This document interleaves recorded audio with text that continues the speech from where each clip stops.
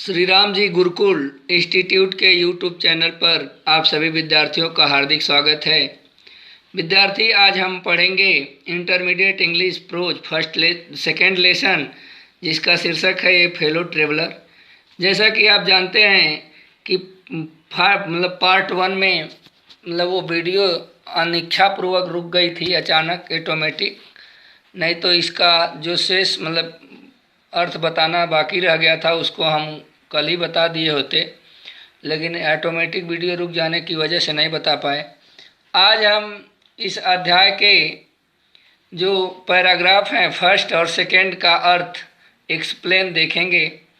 आप लोग तैयार हो जाइए और देखिए साथ में।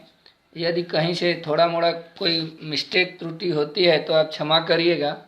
न चाहते हुए भी बोलने में जो है गलती हो जाती है, तो आप देखिए और ध्यान से जो है कि सुनते जाइए। लेखक यहाँ पर कहता है, I do not know which of us got into the carriage first. लेखक कहता है कि मैं नहीं जानता कि हम में से सबसे पहले कौन डिब्बे में प्रवेश किया। अगली लाइन में लेखक कहता है, indeed I did not know he was in the carriage at all for some time. वास्तव में मुझे बिल्कुल ही पता नहीं चला कि वह कुछ समय से रेल के डिब्बे में था। आगे आप देखेंगे अगली लाइन में, it was the last train from London to Midland town, a stopping train, infinitely leisurely train, one of those trains which give you an understanding of eternity. मतलब कि लेखक बता रहा है, लंदन से मिडलैंड के एक नगर तक के लिए यह एक अंतिम गाड़ी थी, जो रुक रुक कर जाने वाली एक रेल थी, एक बेहद आलसी रेल जो अत्यंत धीमे चलने वाली हो, तथा उन रेलों में से जो आपको अनंत काल का ज्ञान देती है। जैसा कि आप जानते हैं कि जो गाड़ी एकदम स्लो चलती है, रुक रुक कर चलती है, उसे सवारी गाड़ी, लोकल या हम पैसेंजर बोलते हैं। उसी प्रकार वह जो है कि पैसेंजर थी एक तौर पे, ये भी जान लीजिए। लेखक उसको बहुत खीज है कि बहुत स्लो होकर के चलती थी। आगे आप देखेंगे लेखक कह रहा है, it was tolerably full when it started but as we stopped at the suburban station, the travelers alighted in ones and twos, and by the time we had left the outer ring of London behind, I was alone, or rather I thought I was alone। लेखक कहता है, यात्रा आरंभ करते समय वह काफ़ी भर चुकी थी, किंतु जैसे जैसे हम उपनगरीय स्टेशनों पर रुकते गए, यानी कि छोटे छोटे स्टेशनों पर रुकते गए, वैसे वैसे यात्रीगण एक एक अथवा दो दो करके जो है कि उतरते गए। आगे बताते हैं, जिस समय हमने लंदन की बाहरी सीमा को पार किया, मैं अकेला था, या मैंने यह सोचा कि मैं अकेला था। आगे विद्यार्थी अगले पैराग्राफ में आप देखेंगे, यहाँ पर, there is a pleasant sense of freedom about being alone in a carriage that is jolting noisily through the night. यहाँ तक का आप अर्थ देख लीजिए।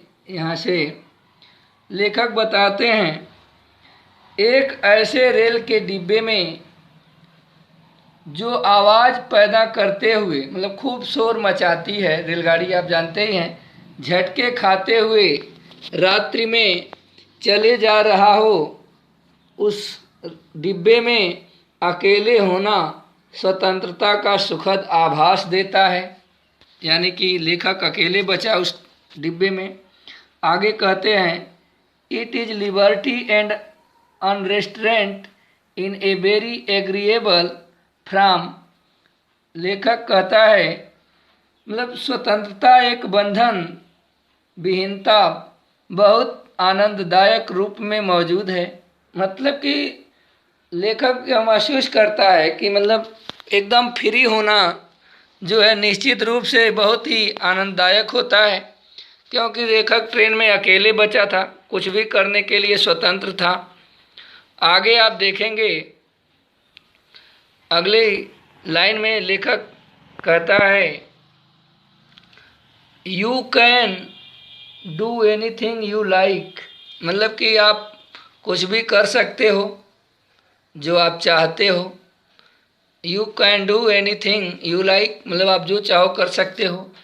You can talk to yourself as loud as you please and no one will hear you. लेखक कहता है कि आप अपने आप से ज़ोर ज़ोर से बातें कर सकते हैं और उस बात को, मतलब आपकी बात को कोई सुनने भी नहीं सकता, मतलब कोई सुनने वाला भी नहीं है। आप जितना मर्जी करे शोर मचा सकते हो अकेले। आगे लेखक कहता है, you can have that argument out with Jones and roll him, मतलब हाँ यहाँ पर देखिए, triumphantly in the dust without fear of a counter stroke. लेखक यहाँ से आपको मतलब बता रहा है कि आप जो है जॉन के साथ, मतलब एक काल्पनिक व्यक्ति है जिसके साथ आप खूब ज़ोर ज़ोर से अपने आप से बातें कर सकते हो बिना किसी डर के कि आपके बात करने से कोई नाराज़ हो करके आपका विरोध करेगा। जैसा कि आप जानते हैं कि जब आप एक दो लोग अकेले बात करें और खूब शोर मचाएं तो यह भय होता है कि हो सकता है भाई किसी व्यक्ति को बुरा लगे और टोक दे कि आप धीमे बोलिए अथवा शांत रहिए, सोने दीजिए। तमाम दिक्कतें होती हैं इंटरफियर करने वालों की। किंतु जब आप अकेले हों तो आप ऐसा सब कुछ कर सकते हो बिना आपके पास, मतलब वहाँ पर कोई विरोध करने वाला आपका नहीं होगा। बिना विरोध के, भय के आप ज़ोर ज़ोर से बातें कर सकते हैं। आगे देखिए लेखक कहता है, you can stand on your head and no one will see you. मतलब आप अपने सिर के बल खड़े हो सकते हैं और आपको कोई देखेगा भी नहीं। यू कैन सिंग और डांस ए टू स्टेप और प्रैक्टिस ऑफ गोल्फ स्ट्रोक और play marbles on the floor without let और हिंड्रेंस। आगे लेखक कहता है, विद्यार्थी यहाँ से देखिएगा, यू कैन सिंग और डांस, मतलब कि आप गा सकते हो अथवा एक दो कदम इधर उधर नाच सकते हो, या फिर गोल्फ खेलने की प्रैक्टिस कर सकते हो, अथवा फर्श पर गोलियां या कंचे खेल सकते हो बिना मतलब किसी से डरे अथवा बिना किसी रोक टोक के। आगे आप देखेंगे, यू कैन ओपन, मतलब you can open the window or shut it without provoking a protest. लेखक कहता है, यहाँ से देखिएगा विद्यार्थी, मतलब कि आप खिड़कियों को खोल सकते हो अथवा बंद कर सकते हो बिना किसी के विरोध के। मतलब कि आप उत्तेजित होकर के खिड़कियों को आराम से खोल सकते हो, कोई दिक्कत नहीं है, आपका कोई विरोध करने वाला वहाँ पर नहीं है। अगली लाइन में आप देखिए, you can open bath window और शट बाथ, मतलब कि आप चाहो तो दोनों खिड़कियाँ खोल दो, अथवा तो चाहो तो दोनों खिड़कियां बंद कर दो। आगे, indeed you can go on opening them and shutting them as sort of festival of freedom. यहाँ पर लेखक बता रहा है, आप देखेंगे कि स्वतंत्रता का पर्व मनाते हुए आप उन्हें लगातार खोलते और बंद करते रह सकते हैं। मतलब कि जैसे चाहो तो खोलो, चाहो तो बंद करो, या बार बार चाहो तो खोलो बंद करो, खोलो बंद करो। इस तरीके की बात पर को लेखक हाईलाइट कर रहा है कि आप मतलब स्वतंत्र हो करके आप ऐसा कर सकते हो, आपका कोई विरोध करने वाला वहाँ पर नहीं होता है ऐसी स्थिति में। आगे लेखक कहता है, you can have any corner you choose, मतलब कि आप कोई भी कोना सेलेक्ट कर सकते हो। Any try are them in turn, अथवा तो आप उन्हें बदल बदल करके आप चेक कर सकते हो। जैसे कि मन करे इस सीट पर बैठिए, मन करे उस सीट पर बैठिए, मन करे ऊपर वाले पर बैठिए, मन करे भाई नीचे वाले पर बैठिए। मतलब कि आप प्रत्येक जगह चुनने के लिए या अपनी जगह को पसंद करने के लिए आप स्वतंत्र होते हैं, और बारी बारी से बदल करके आप अपनी इच्छाओं को पूर्ति कर सकते हैं जहां आपकी बैठने की इच्छा बने। आगे लेखक कहता है, you can lie at full length, आप पूरा लंबे होकर के लेट सकते हैं, कुशन्स मीन्स गद्दीदार सीट पर, and enjoy the luxury of breaking regulation and possibly the heart of DORA herself. यहाँ पर विद्यार्थी देखिए, लेखक कहता है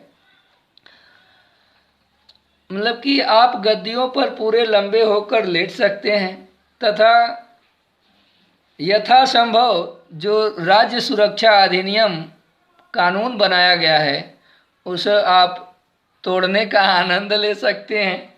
वहाँ पर आपको कोई दिक्कत होने वाली नहीं है।